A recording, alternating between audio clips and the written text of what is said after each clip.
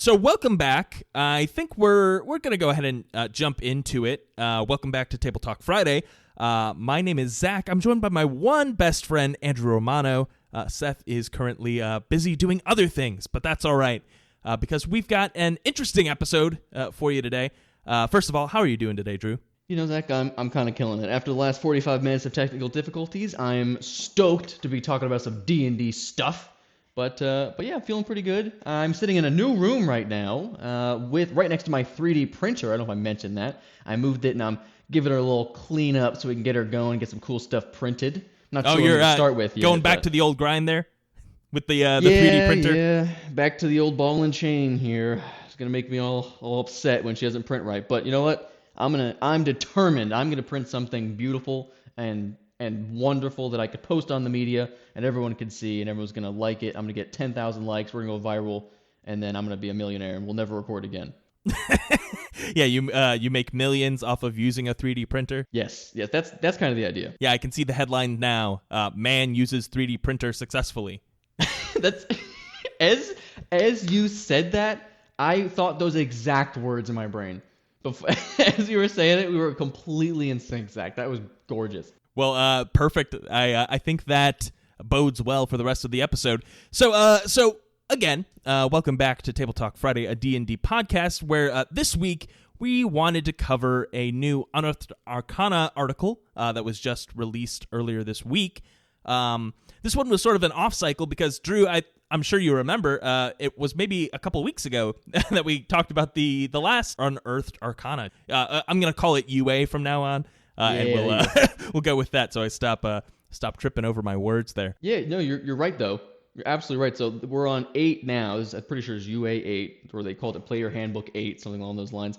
And then the 7th one, that was all about the revised marshals as well as the mages, right? The warlock, wizard, sorcerer. Yeah. So we got that back, and then just sort of out of the blue, usually these have been sort of close to 2 months in between releases on these UAs, but this one is sort of an off cycle, and so the features here are actually not from the Player's Handbook, and so this is the first UA that we're getting for details about some new features in one of the other new source books. So this is the Bastion subsystem that they're going to be introducing in the new DMG. So I think, first of all, there's a lot to take with a grain of salt here, because I don't know if you've read the Dungeon Master's Guide, Drew, but the 2014 version just had a lot of shit in there that they sort of threw at the wall and really doesn't impact most people's games today. I think we can all agree. There are some nuggets of cool systems in there, like Madness. That's a cool one that does crop up in our games from time to time. Yeah.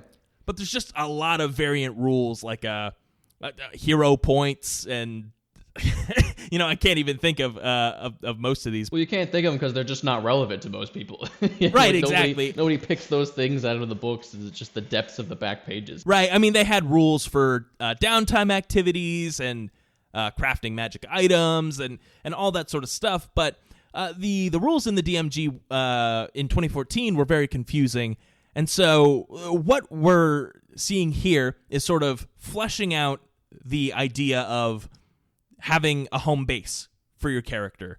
And so what I'll say off the bat here is I do think that this is an interesting take that they've given us for that.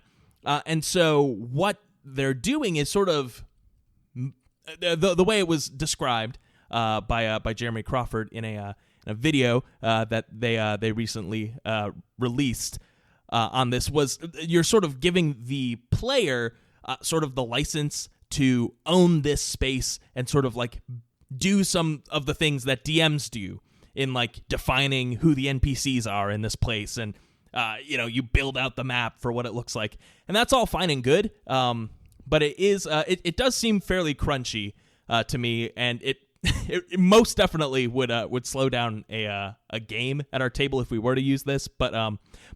So I don't want to cast too many disparagements on it, though. I do think there are a lot of interesting things here that we can get into. Yeah, no, completely agree. I think there's some little gems in here that are useful for players like us that have been playing D&D for a very long time. We've done things like this without having to look inside of the book to find out what we need to do. It's a little more of a rule of cool thing. I could think of particularly, and I don't think this is a spoiler, Zach. Let me know if it is. We ended up getting a keep in Storm Kings, and we were able to take care of that keep. We had to get some hirelings to take care of it and guard over it while we were out of town, make sure that no one was like robbing us or something like that. And we took care of that base. It was a really cool spot. We kind of designed our rooms, and we got to tell each other like what the different rooms looked like and how the house was fortified, that kind of thing, which was really cool. I think we even had some like treasure and whatnot stashed there as like a real true hoard, or if you will, for the adventurers. So that was really cool. I've just never thought to look into rules for doing something like that. It was just sort of a rule of cool, like, hey, Seth, can we go to the market and get some security guards for this place? It wasn't something like, oh, how much do they cost, or where do we have to go to find them, or like what are the specific turns or point systems, right? It was just kind of straightforward. It's just something we wanted to do as adventurers. So I think it's handy to have this instruction here for sure. I just don't know how much I would look back at it.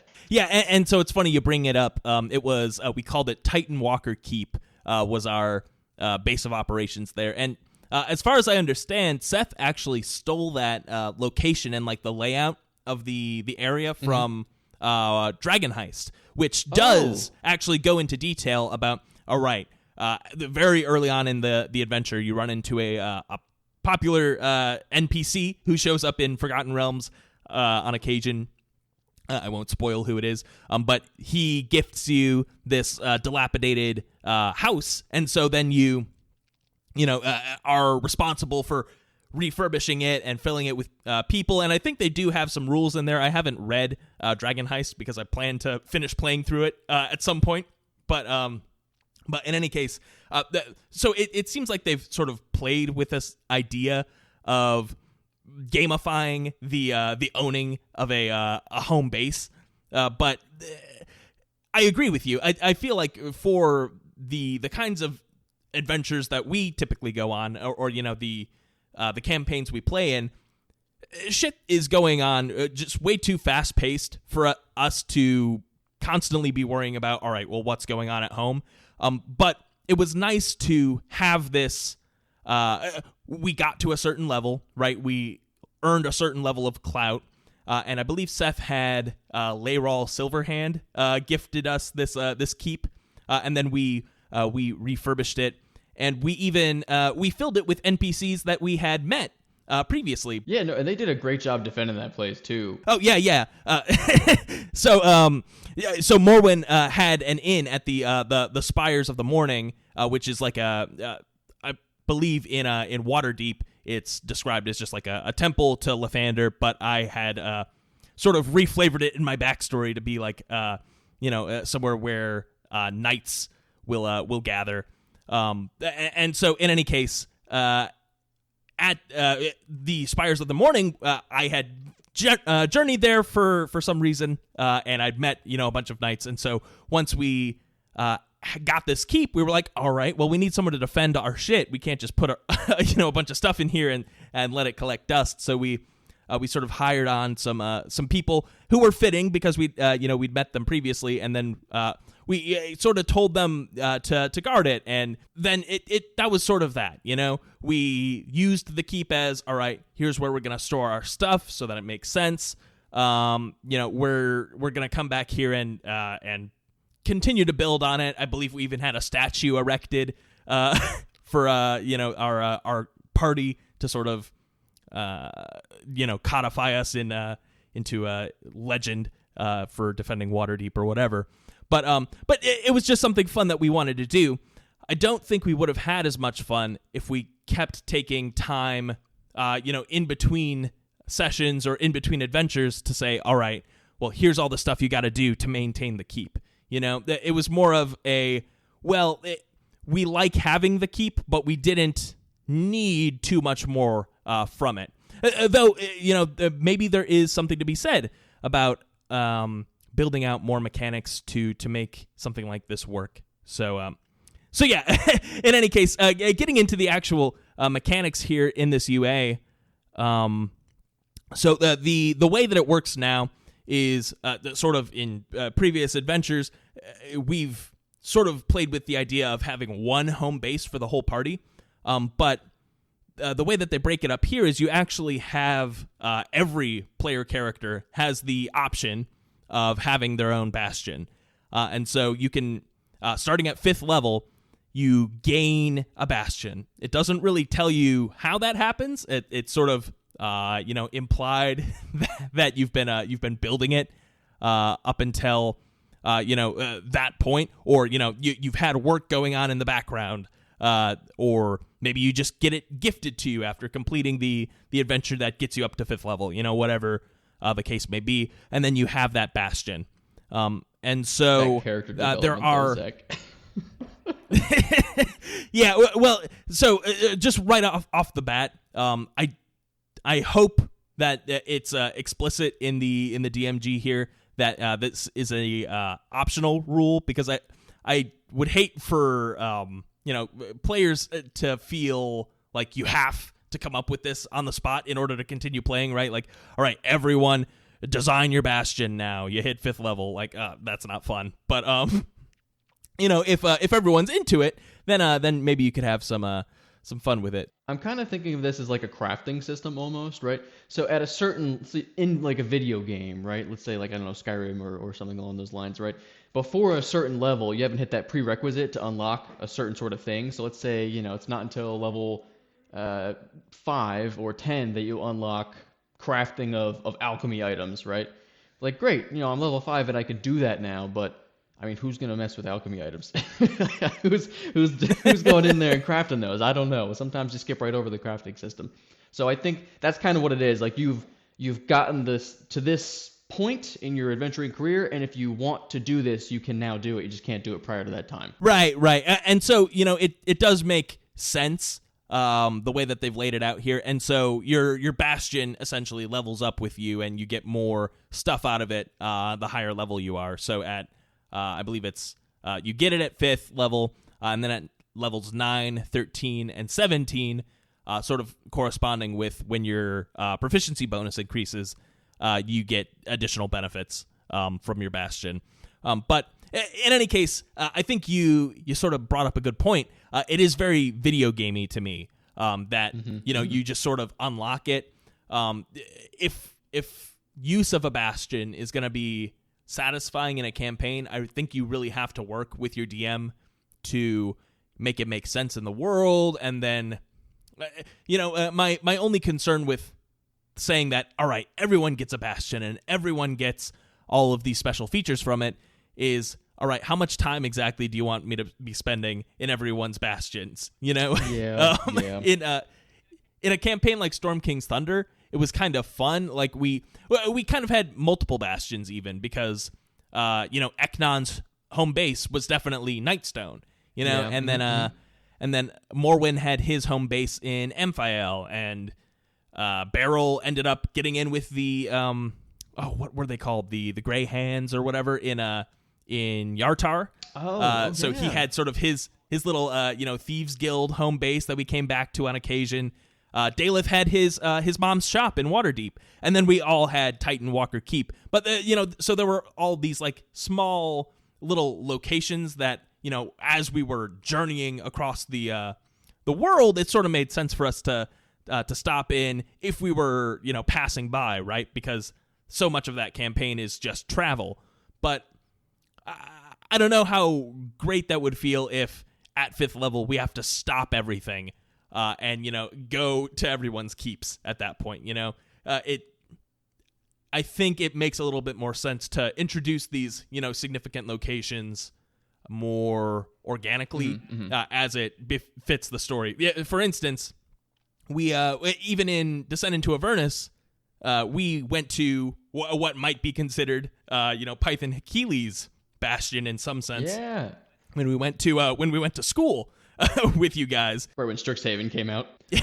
But even then, there was a whole adventure wrapped around that, right? It wasn't just, all right, here's where Pyth and Hikili go to school for no good reason. It was ultimately to serve the greater narrative, and that's sort of what catapulted us into this last leg of the campaign. Was, all right, we've introduced that Asmodeus is still a presence in the material plane, and he's going to be causing trouble for you guys. So, I completely agree with what the point you're making, Zach, and I hadn't even thought about it as being sort of like a background thing, and that's kind of what I'm hearing, is that this Bastion system is really good for setting up some sort of backstory for your character. I think right to Eknon Greylock, who we were talking about, where he had, he was all set up in Nightstone, of course.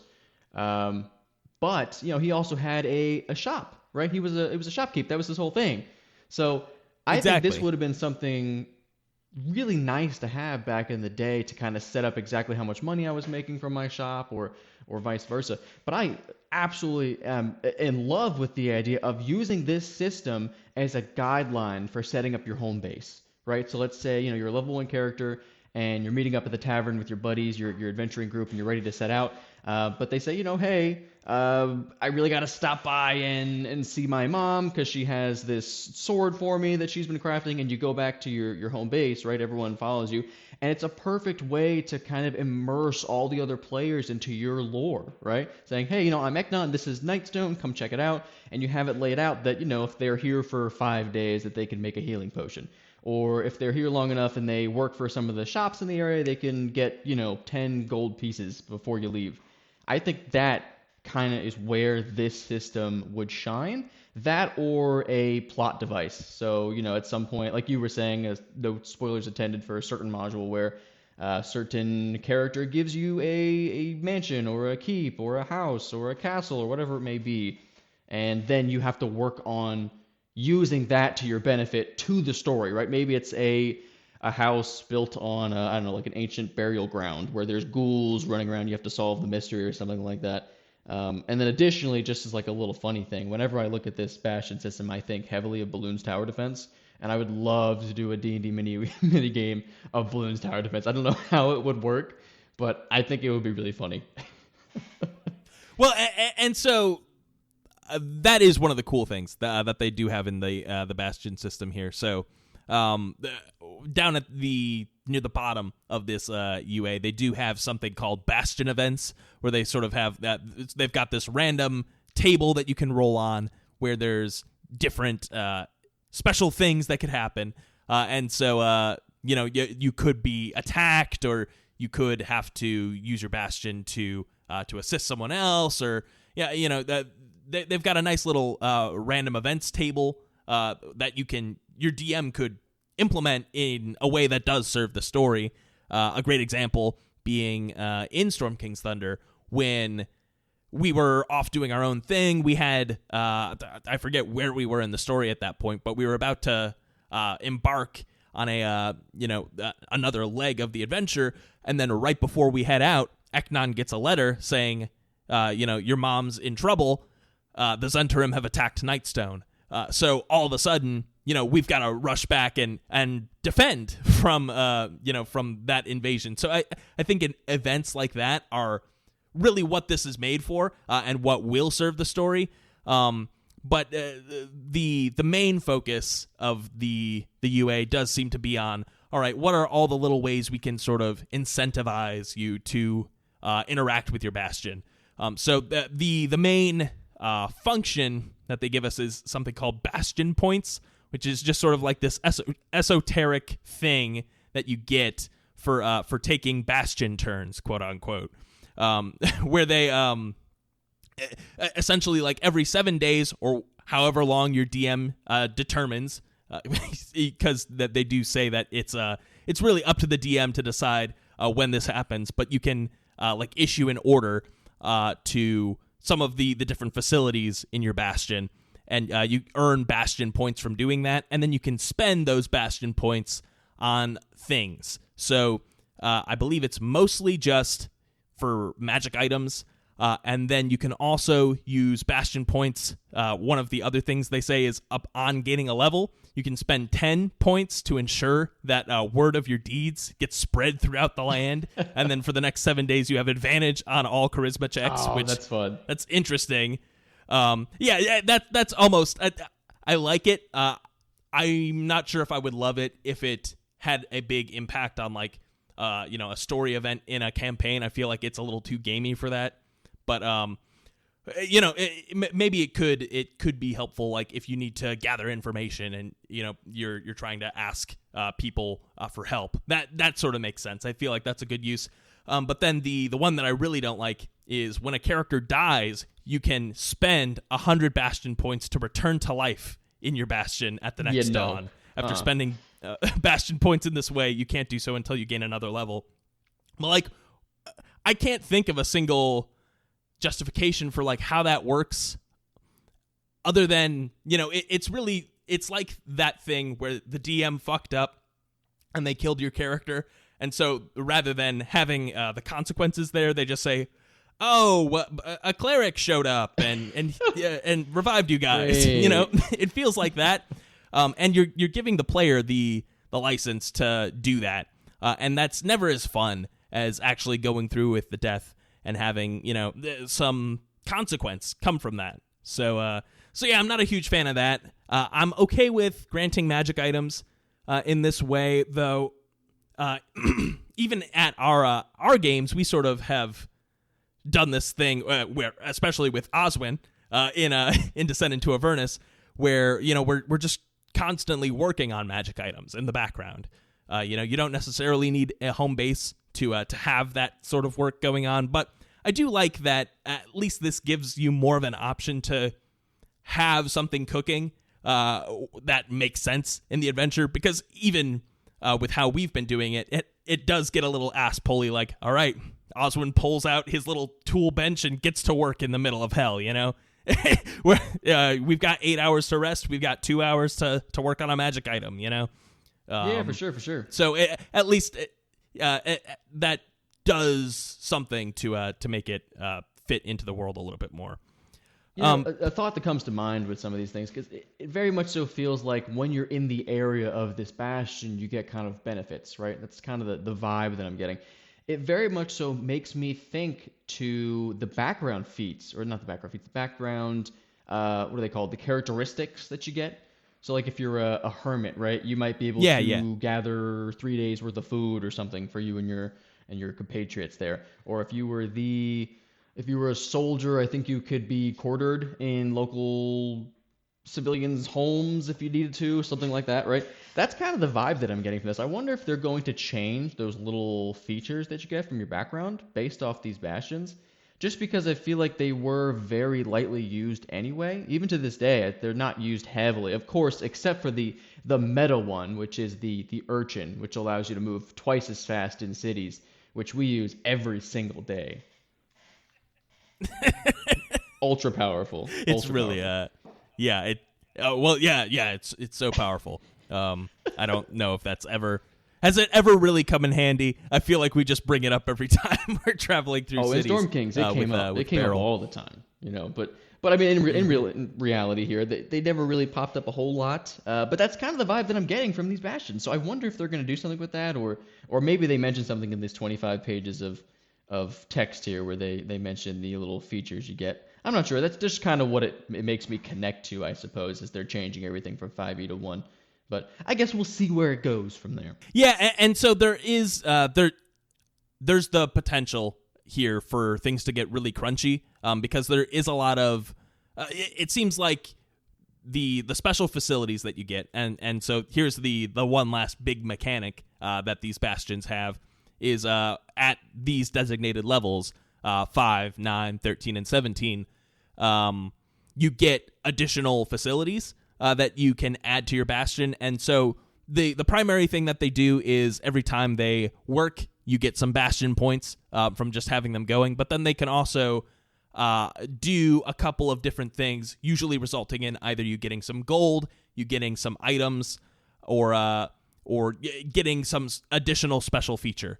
So I do like the idea that you do have some facilities in your Bastion that are used for buffing yourself up. One of the coolest ones that they have is an archive where you basically have like a valuable reference book that you keep in your archive, and so you can go there to study. And so I believe while you're in there, you can get advantage on certain types of intelligence checks. So like this is where the wizard goes to, all right, I'm trying to, figure out some information about our villain. So I'm going to go into my study and figure this out. And so I do like the idea that some of this stuff is more gamified rather than just hand waving it. And it does give you the opportunity while the wizard's doing that, everyone else can, oh, well, I'm the fighter, I'm going to go to the armory, and, I'm going to make sure that our defenders are up to tip-top shape, so the next time some orcs come and, try to attack us or whatever, everything's prepared there. I do like what roleplay opportunities the Bastion system does open up. And so I could definitely, for all the shit that I've been talking about this system, I do think that I could definitely see us taking some bits and pieces from this and using it in our campaigns.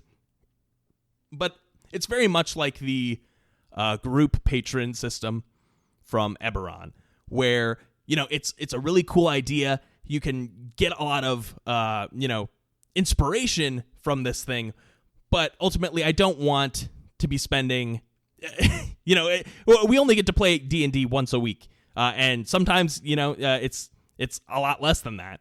So I don't want to be spending our precious gaming session, 2 hours of it being all right.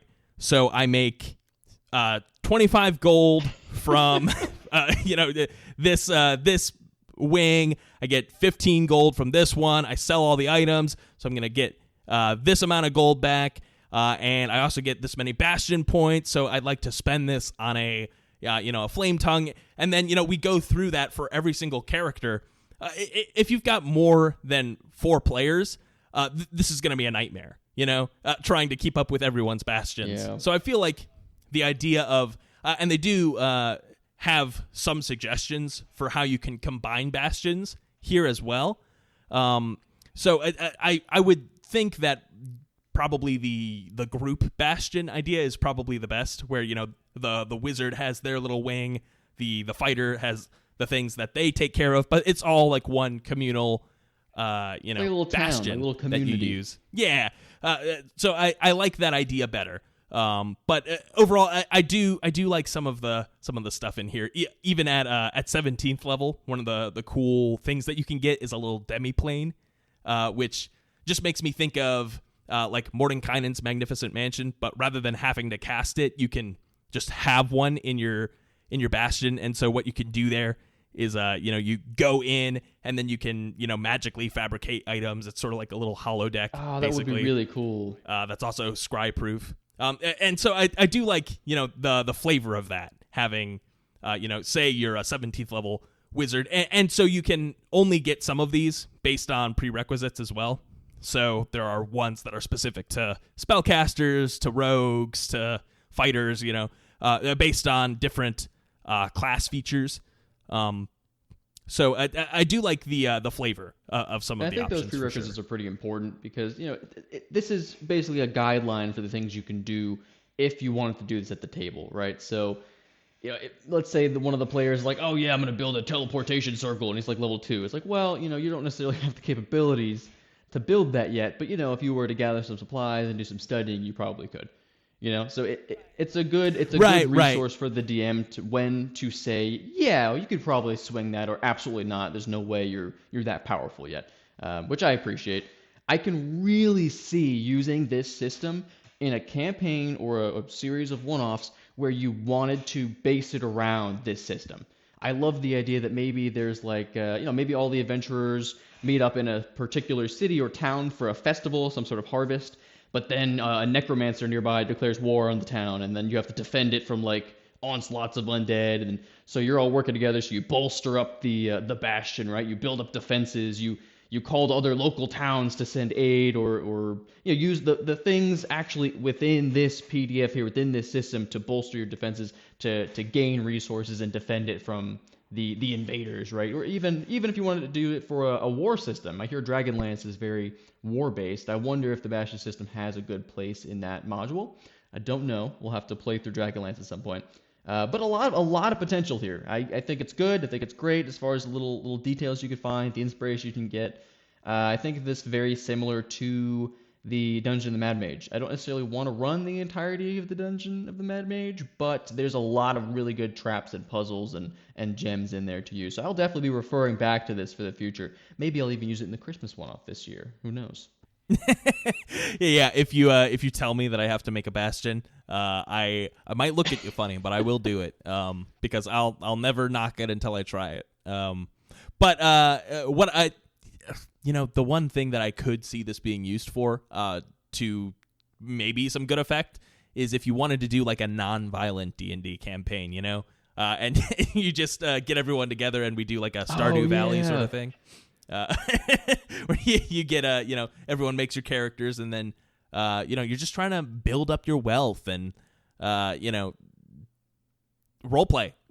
So if that's really your D&D campaign's cup of tea, then maybe you could use this for that. But overall, I don't think that this is a terrible idea for the DMG especially. I do find a lot of nuggets here that I like, and that I might steal for later. But overall, probably not something that we're going to use word for word. And of course, any feedback can be given to Wizards of the Coast. I believe they're opening up the feedback for this on October 19th. So if you'd like to complete the survey about Bastions, that'll be your opportunity there. Though also, and we've sort of saved this for the end, unless Drew, if you have any closing thoughts about Bastions, feel free to share them now. But I'd like to get into the one last thing that they have in this UA. No, I'm good. I think I've shared all I have, my love for Bastions here that I didn't know I had until this surprise UA came out. But I would love to jump into the next bit, which obviously Bastions and this other thing go together like PB&J, two peas in a pod, right? It's I don't know what else it was. Corn and butter. Everyone likes their butter on their corn, right? It would be Bastions and cantrips. Obviously, everyone knows those are perfect things. They just twin side by side together. Zach, I don't know if you have any particular favorite things that they've done. They have revised a number of cantrips here, which I think I like them overall so far. Nothing crazy, nothing game-breaking, at least in my eyes. Is there anything that you have like a favorite of, or anything substantial before we just kind of run down these lists here? Yeah, so obviously, so they don't have all of the cantrips listed, but they've given us a number of cantrips here where it seems like the idea has sort of been to just bring a lot of the cantrips that never see any use up a little bit to make them more interesting versus like Firebolt, which you'll always see. So none are my absolute. Well, no, that's a lie. I'm going to talk about my absolute favorite right now, which is True Strike. You know True Strike, the worst cantrip that's ever existed. For those of you not in the know, True Strike in 5th edition was a it was just legitimately the only bad option that you can make when you're casting a cantrip. So it takes an action to cast, and it makes it so that on your next turn you roll with advantage. And so essentially what that means is that rather than attacking on this turn and having a chance to hit your target, you waste your turn on this turn so that next turn you can roll twice and take the higher of either roll, which you could have already done if you just attacked on this turn and then attacked on that turn. And then at the same time, you have 2 chances to hit versus the only 1 chance to hit that you get by casting True Strike. So horrible, horrible cantrip. Bad spell, bad option. It's the only bad option that you can make in a. Well, that's not true, but it's one of the most universally hated cantrips, at least. So this is way better. What they've done is completely rework it so that now what it does is it's like a green flame blade or a booming blade where you make an attack with the spell, and so when you cast the spell, you make an attack with a weapon, and that attack will use your spellcasting ability instead of strength or dex for the attack roll and the damage. So essentially, it makes it so that you can actually hit something if you're a squishy caster, and so it's a fun new melee option essentially. And so you can also make it so that the attack deals radiant damage, and then at higher levels it deals extra radiant damage. I'm just a huge fan of this option. I wonder, because I haven't heard any discourse about this, I do wonder what other folks may think, just because there are a couple different subclasses currently in 5e that sort of allow you to use your spellcasting ability modifier for melee attacks. So far, I think it's just the Hexblade and the Battlemaster Artificer, I want to say, or Battlesmith, excuse me. I play one and I don't even know what they're called. You'll get it back. It takes 2 years at least. But I don't think that this is an exceptionally overpowered feature. I quite like it on a cantrip, and obviously, you don't get extra attack with this. So once you get to those higher levels, if you're a wizard, you're obviously not going to be stepping on the fighter's toes, right? Because they can still make their attacks and hold their own just as fine with their extra attacks. So I don't think it's upsetting the balance at all. It makes the cantrip more fun. No complaints about that one.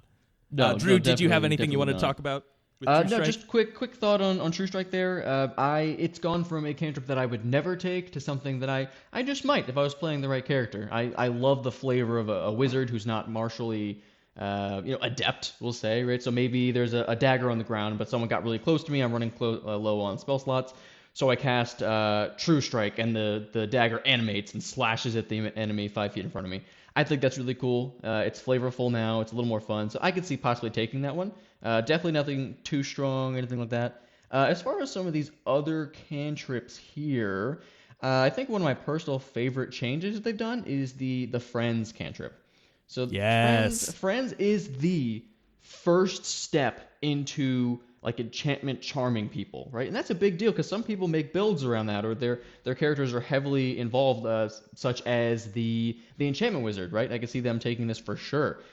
So before, when you cast Friends, if you charmed the person or not, right, they were still hostile to at the end of I want to say it was like a minute, maybe 10 minutes that they were charmed. It was terrible. So as a low-level player, you could talk to these people for like a minute. You can get them to walk away from them, but then they were hostile to you and your friends, that's no good. That's not charming, right? that's terrible. Right. I mean, at that point, you're just willfully blowing your cover.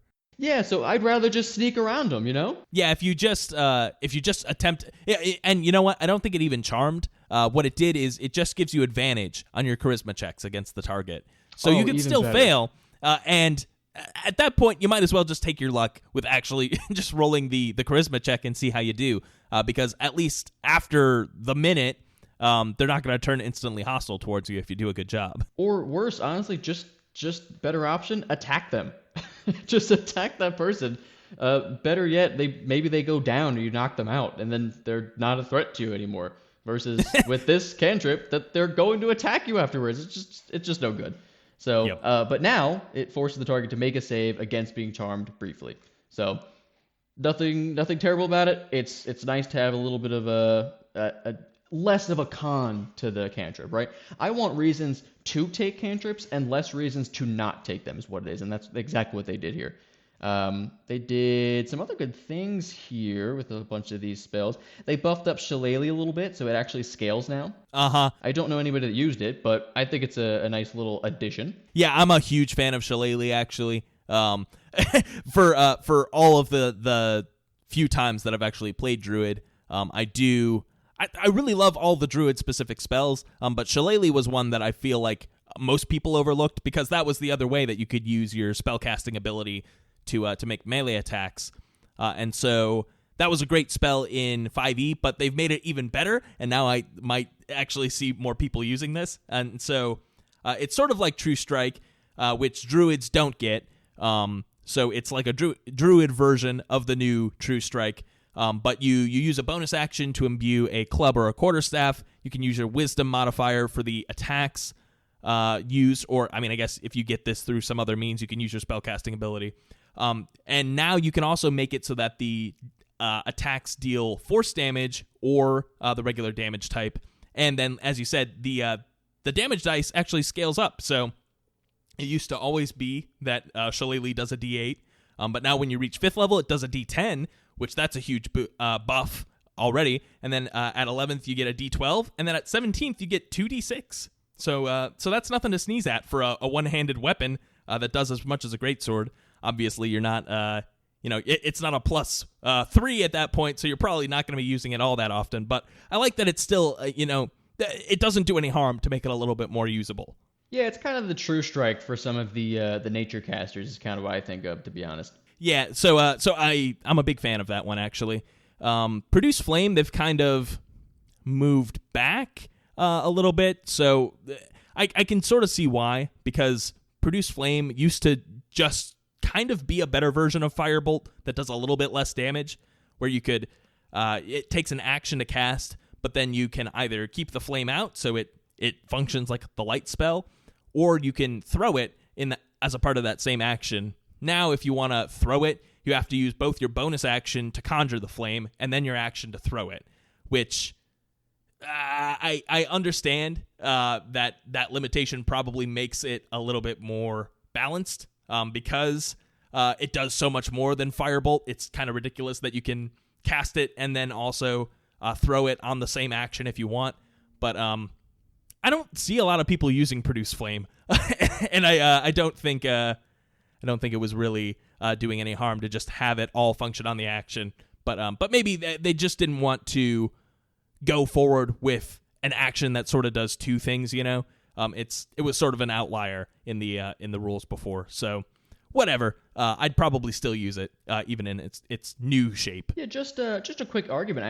I think I like the change to Produce Flame because I know there's been situations, especially in this campaign, I play a human wizard, so I don't have dark vision, right? And there have been situations where, there's also other people in our party that don't have dark vision, like Varys. So it's a good idea for me, if we get into a fight as the utility wizard, right, to cast light in the areas that everyone can see. But that takes an action. So now, if I wanted to, I could actually bonus action Produce Flame and then react with a spell. So it's a quick bonus action way to get light without wasting your entire action lighting a torch using light or dancing lights, right? I think this is actually a nice little option of gaining light without wasting your turn. Assuming you're not using it as the offensive version of throwing it. I actually like it a lot. That's a good point. I wonder if they'll make light a bonus action as well.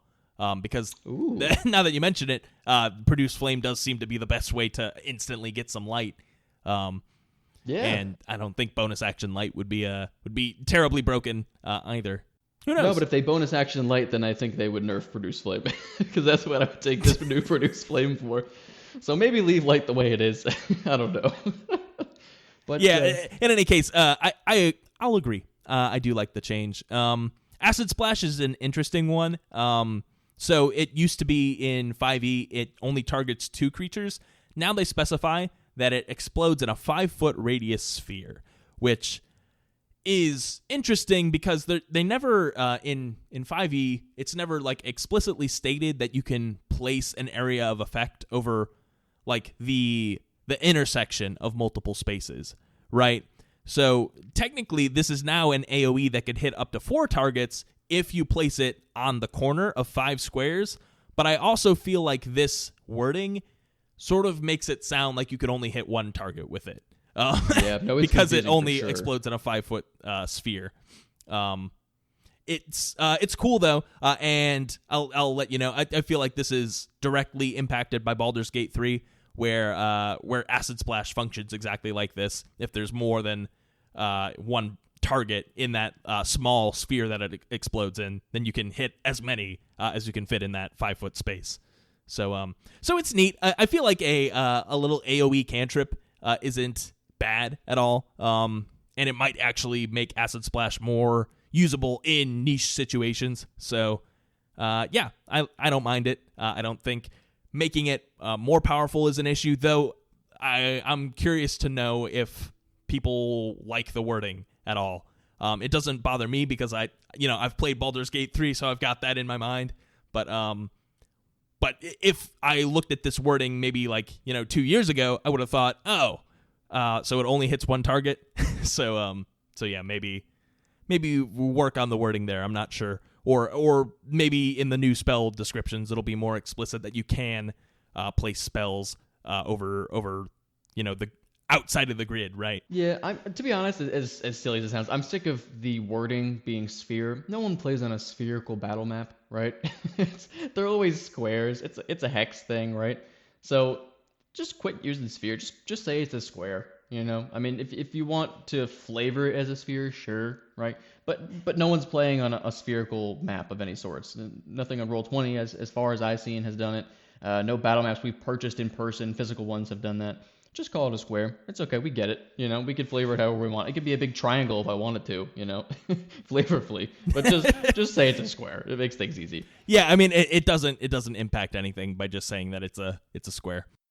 The other two that I wanted to mention just really quick before we move on. Yeah, go for it. Was Blade Ward. Blade Ward was bad before.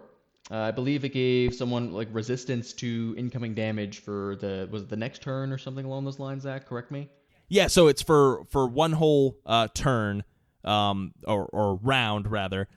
So until the start of your next turn, you gain resistance to bludgeoning, piercing, and slashing damage. Which, to your point, you use your full action to do this. So it's not. It's really not better than taking the dodge action, which gives everyone disadvantage on attacks versus you. But the one niche place that I found Blade Ward to be useful is if you're a sorcerer, you could quicken spell it, and then effectively give yourself resistance to all damage for as long as you want to be spending those sorcery points. And then the new version of the Earth Genasi in Monsters of the Multiverse actually gets to cast Blade Ward as a bonus action as well. Oh. So that was the one spot where the old version was useful. But I think to the point of this article here, it's definitely a very niche spell. Most people didn't take it. So I do like this new version if you want to talk about it. Yeah, so it's very simple. It's just one sentence. It's now a reaction, and it imposes disadvantage on a creature's melee attack roll, right? So pretty straightforward. Of course, you could be using the shield spell because shield is a level 1 casting, right? Just have an extra reaction, right? Why not throw this out there? If someone's going to attack you with their sword and you're a little squishy wizard, just throw a Blade Ward out there. I think it's just a nice one to have as a little backup. I'm not going to rely on it, right? I'd much rather throw out a shield for sure, giving me the extra +5 to my AC. But you know what? If you have the reaction, you can cast something really quick for free. Why not throw a Blade Ward out there? Yeah, and so I do like this as sort of a fallback version of the shield spell, right? Because shield is obviously better. It gives you a bonus to your AC for the entire round until the start of your next turn, versus this, which only impacts one melee attack, and it's gonna carry you for longer. So I don't think that this version of Blade Ward is doing any harm to the balance. Really, disadvantage on one attack isn't that big a deal, nice but to have in your back it's pocket big for enough sure. that I would definitely take this if I were a wizard. The only other one I want to mention very quickly is Spare the Dying. And Spare the Dying, what it did before was it made sure that people were stabilized and not bleeding out, making death saves, right? But it was a touch spell. And so now you actually have a range of this, and it's been added to the Druid list too, which I like. I don't see why it wouldn't be added to the Druid list even before. So now as you level up, you actually get a greater range. I'm not sure what the ranges are. They're not in front of me right at this very moment, but I think it's something along the lines of 30, 60, 90. So yeah, I mean, any range is better than touch. So if I could stabilize one of my buddies from across the battlefield with a cantrip, not using a spell, I'm in. I would definitely have this in my arsenal. Yeah, I'm a big fan of it, and I do like. So it's 15 feet at first level, and then by 17th level, it's 120 feet. Again, Spare the Dying is not something that most people are casting at 17th level, but if you are, why shouldn't you be able to do it at 120 feet? So yeah. If anything, I think it usually feels bad to have a cantrip that doesn't improve with you as you level up. So any little improvements, I think, do help increase the feel of a cantrip at least. I guess one last thing I'll talk about, because this is the only controversial piece that I've heard from this UA, is Shocking Grasp has been nerfed. What? Wait, did they really? Yeah, so the way that Shocking Grasp used to work is that, first of all, it's a melee spell attack, and if the target that you're attacking is wearing metal or is made of metal, you have advantage against that target. The way it works now is it's just a melee spell attack. It does a D8. You don't get advantage. And the other thing that Shocking Grasp used to do is that the target of the spell can't take reactions until the start of their next turn. Now it specifies that they only can't make opportunity attacks until the start of their next turn. Wow. So essentially what this does is it makes it so that if they wanted to use their reaction on like a counter spell or something else, they could still do that, which Shocking Grasp was not a highly used spell at our table ever, and I don't think I've ever seen it used to actually shut down an important reaction. But I don't know. I guess people seem to really like this one, so they're upset. But I could really care less about the differences. The only thing I'll say is the existence of True Strike does make this new version of True Strike, I should say, does make this new Shocking Grasp seem like the worst option, obviously. And so I'd probably, if I were to redesign this, I'd probably make it like a True Strike Green Flame Blade situation, where you can also add your spellcasting modifier to the damage roll, right? So it's a D8 plus spellcasting mod instead of just one D8. Yeah, I think they definitely need to do something to it, because they took all of these cantrips that people may or may not take, right? They're maybe a little less used. And this one definitely got the shortest stick. I gotta say, that's a heck of a nerf for it, and it wasn't even that great before, at least in my opinion. So yeah, hopefully they change that up a little bit, give it a little more oomph, because I'm definitely not taking Shocking Grasp. I didn't take it before, and I'm not taking it now. Yeah, I think the reason they took away the advantage part of it too was because some people were getting confused and thinking that all lightning spells have advantage against targets wearing metal. Oh. I've never heard that come up, but in the design notes here, they make sure to specify, like other lightning spells, the spell no longer makes distinctions about whether the target is wearing metal. So whatever. Yeah, I guess I could see how someone would think that, if they're newer and they're thinking, oh, lightning, it shocks metal and it's a conductor, right? But I've never seen that at the table. I've never heard of anybody thinking that, but maybe it's something that comes up with this new surge of new players recently. So you know what? If that's what it takes to get people to play D&D, I'm in. Take exactly. It away, I guess. Well, we've only got two more. Quickly, just in case you're curious, you can look up the UA and read them for yourself. But Poison Spray has been updated. Now it's a spell attack versus a Constitution save. It also has increased range. And Chill Touch is now a touch spell, and it deals 1d8 damage instead of, 1d10 damage instead of a d8. Neat. Woo! But that's it. Yay! That's all she wrote. Any closing thoughts, Yeah. Drew, before we wrap up this episode of TableTalk Friday? No, not a whole lot to say about this UA. I was definitely expecting the second variation of monks to be coming out pretty soon, or at least something that wasn't cantrips and bastions. But you know what? It's welcome. I like some of the things they've done here, some of the little buffs to the cantrips and the nice options that they include with the Bastion system. Not a whole lot to say about it, but I'm happy they put it out, and I heard reiterations here. But please do stick around. I'll ask you, Zach, about your thoughts in just here a moment. Please do stick around for the post show, because we're going to be talking a little bit more about this kind of stuff.